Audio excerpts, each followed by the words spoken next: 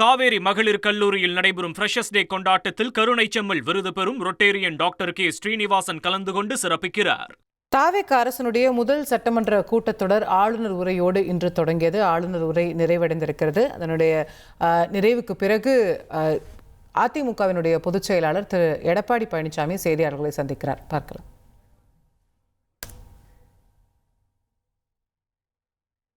அனைத்து ஊடக நண்பர்களுக்கும் பத்திரிகை நண்பர்களுக்கும் வணக்கம்.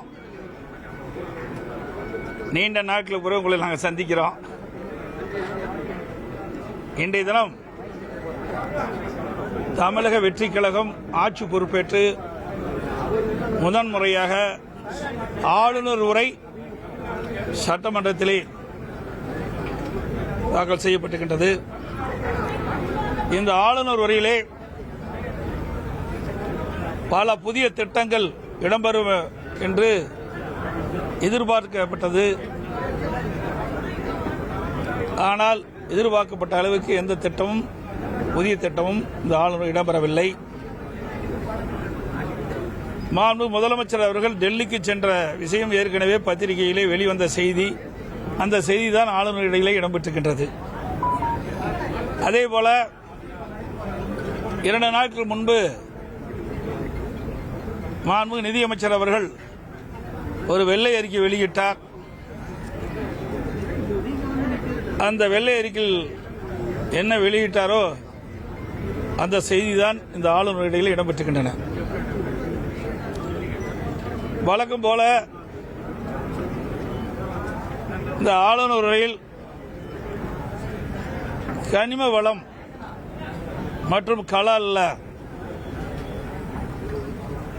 பெறப்படுகின்ற வருவாயை பற்றி அதை முறைப்படுத்தி அந்த செய்தியை வெளிப்படுத்தியிருக்கிறாங்க. அதோட நிதி ஆதாரத்தை பெருக்கி படிப்படியாக கொடுக்கப்பட்ட வாக்குறுதியை நிறைவேற்றும் என்ற செய்தியும் கொடுத்திருக்கிறாங்க.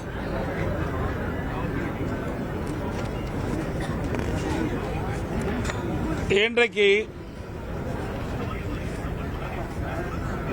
தமிழக வெற்றி கழகம் ஆட்சி பொறுப்பேற்ற பிறகு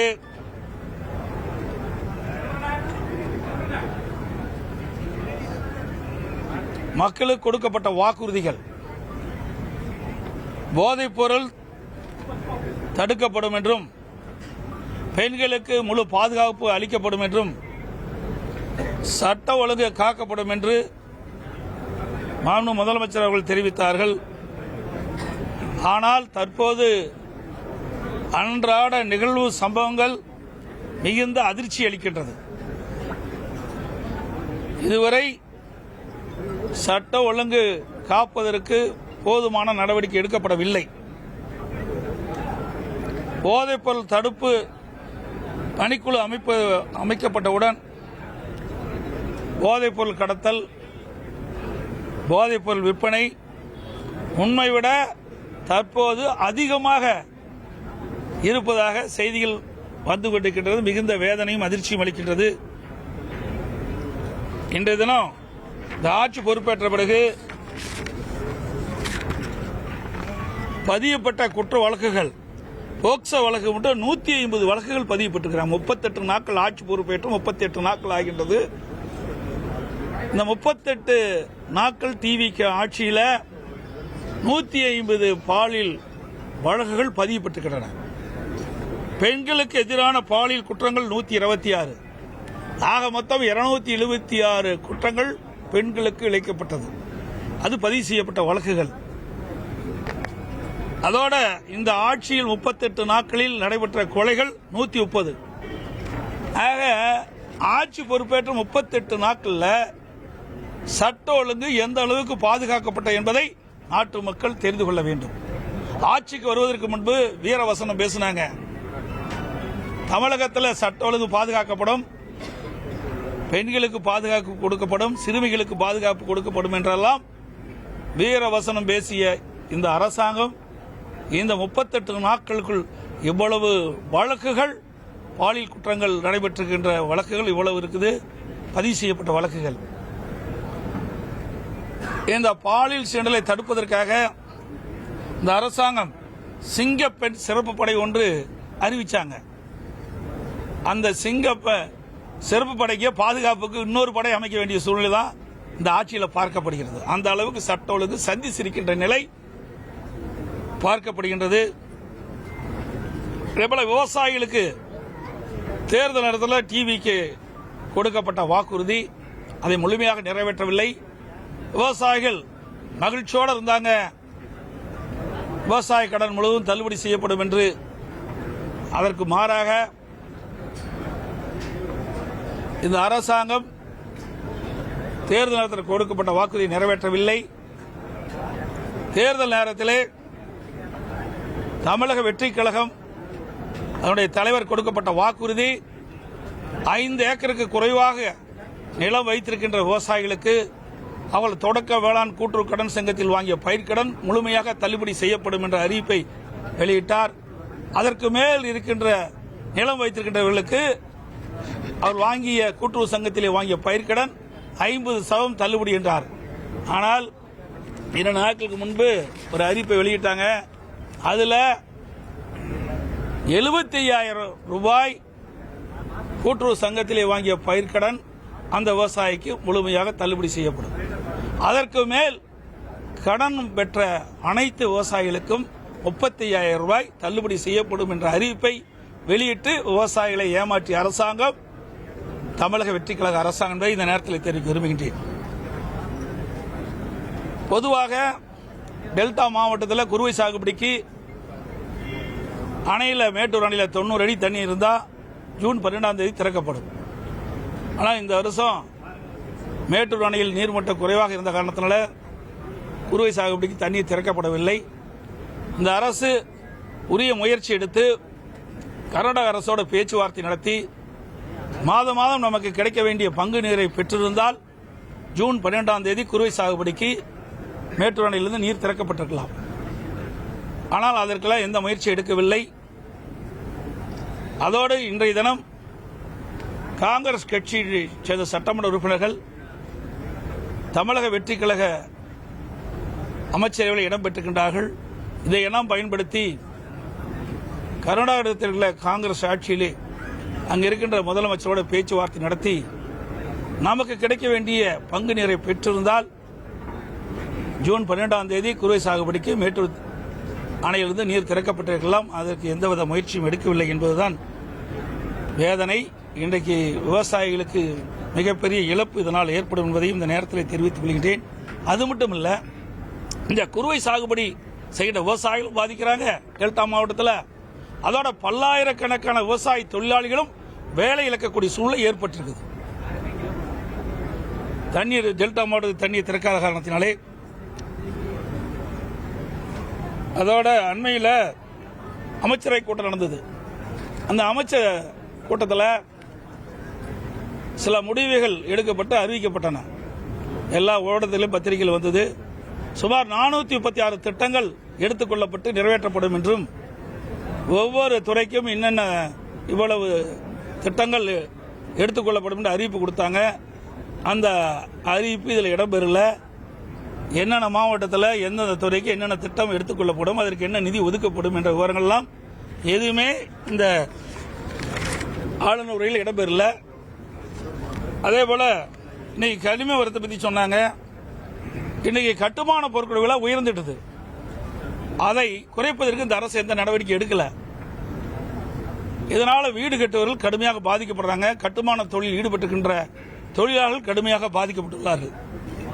தேர்தல் போது பல வாக்குறுதிகளை கவர்ச்சிகரமாக தெரிவிச்சாங்க. தமிழக வெற்றி கழகம் ஆட்சிக்கு வந்தவுடன் என்னென்ன திட்டங்களை நாங்கள் நிறைவேற்றும் என்ற அறிவிப்பெல்லாம் வெளியிட்டாங்க. அதுல மாதந்தோறும் குடும்ப பெண்களுக்கு 1000 ரூபாய் கொடுப்பதா 2500 ரூபாயாக உயர்த்தி வழங்கப்படும் என்ற ஒரு அறிவிப்பு, முதியோர் உதவித்தொகை 3000 உயர்த்தப்படும் என்ற அறிவிப்பு, ஆண்டுக்கு ஒரு குடும்பத்திற்கு 6 கேஸ் சிலிண்டர் விலையில்லாமல் வழங்கப்படும் என்பது, அண்ணன் சீர் திட்டத்தின் கீழ் மணப்பெண்ணுக்கு ஒரு சவரன் தங்கம், அரசு மருத்துவமனையிலே பிறக்கும் ஒவ்வொரு குழந்தைகளுக்கும் தங்க மோதிரம் மற்றும் தாய் மாமன் சீர், வேலைவாய்ப்பு பதிவு செய்து காத்திருக்கும் வேலையில்லா பட்டதாரிகளுக்கு மாதந்தோறும் 4000 உதவித்தொகை, மாதந்தோறும் ஒரு முறை மின்கட்டண கணக்கீடு, இதெல்லாம் முக்கியமான அறிவிப்பு. இந்த அறிவிப்புகள் எல்லாம் ஆளுநரிலே இடம்பெறும் என்று மக்கள் எதிர்நோக்கி கொண்டிருந்தாங்க. இந்த அறிவிப்புகள் எதுவுமே இடம்பெறல. தேர்தல் நேரத்தில் கவர்ச்சிகரமாக பேசி வாக்குகளை பெற்று ஆட்சிக்கு வந்த பிறகு கொடுக்கப்பட்ட வாக்குறுதியை நிறைவேற்றாத அரசாங்கம் தான் தமிழக வெற்றி கழக அரசாங்கம். அதோட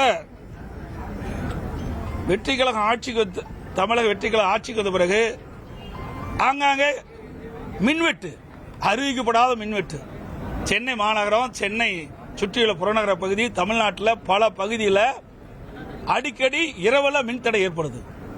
இதனால மக்கள் இரவில் தூங்க முடியாம அந்த இரவிலேயே போராட்டம் நடைபெறுகின்ற சூழ்நிலையெல்லாம் பார்த்தோம். உங்க ஊடகத்திலே பத்திரிகையிலும் வந்த செய்தி தான். இன்றைக்கு தூக்கத்தை தொலைத்த அரசாங்கம் தமிழக வெற்றி கழக அரசாங்கம் தான். அதற்கு பல்வேறு சாக்கு போக்கெல்லாம் சொன்னாங்க. ஃபீஸ் கேரில் திருட்டு போனதுனால தான் அடிக்கடி மின்தடை ஏற்பட்டதா சொன்னாங்க. இதற்கு முன்பு திராவிட முன்னேற்ற கழக ஆட்சியில் அணில் அந்த லைன்ல ஓடுனதுனால தான் அடிக்கடி மின்தடை ஏற்பட்டதுன்னு சொன்னாங்க. இப்ப புதிய கண்டுபிடிப்பாக ஃபீஸ் கேரி திருட்டு போனதுனால தான் இந்த மின்தடை ஏற்பட்டதா சொல்றாங்க. ஆக தமிழ்நாடு முழுவதுமா ஃபீஸ் கேரி திருட்டு போகுது. ஆக இதை சரியான முறையிலே நிர்வாக கோளாறின் காரணம் மின்தடை ஏற்படுகிறது. இன்றைக்கு தேவையான மின்சாரத்தை கொள்முதல் செஞ்சு தடையெல்லாம் மின்சாரத்தை வழங்கணும்.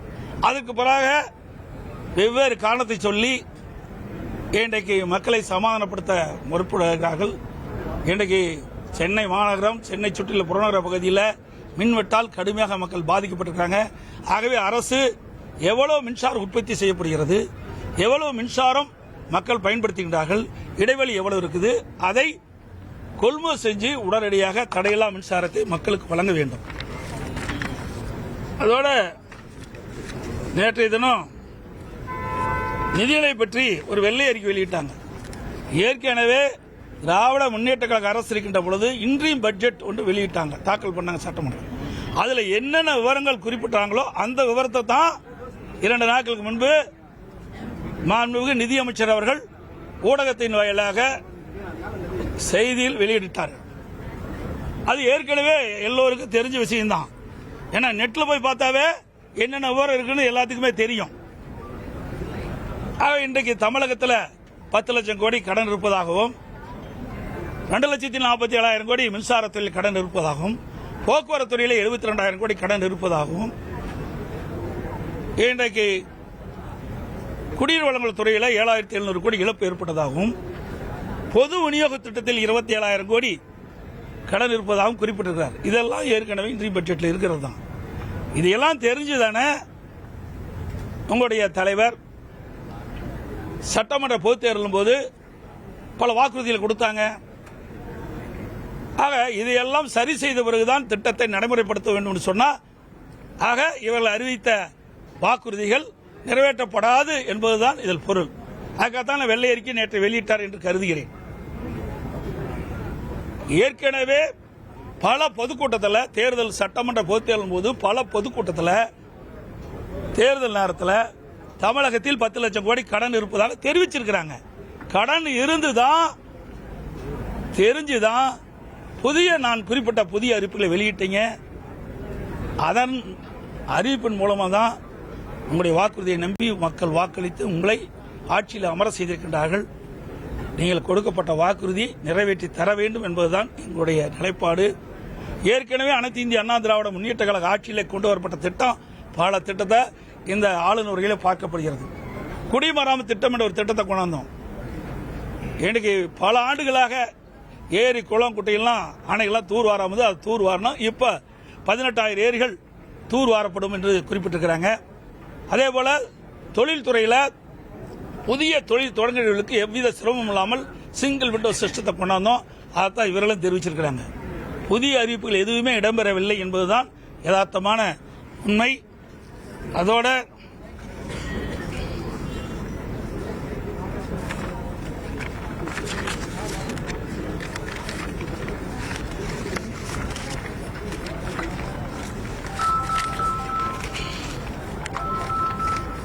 தமிழக வெற்றி கழகம்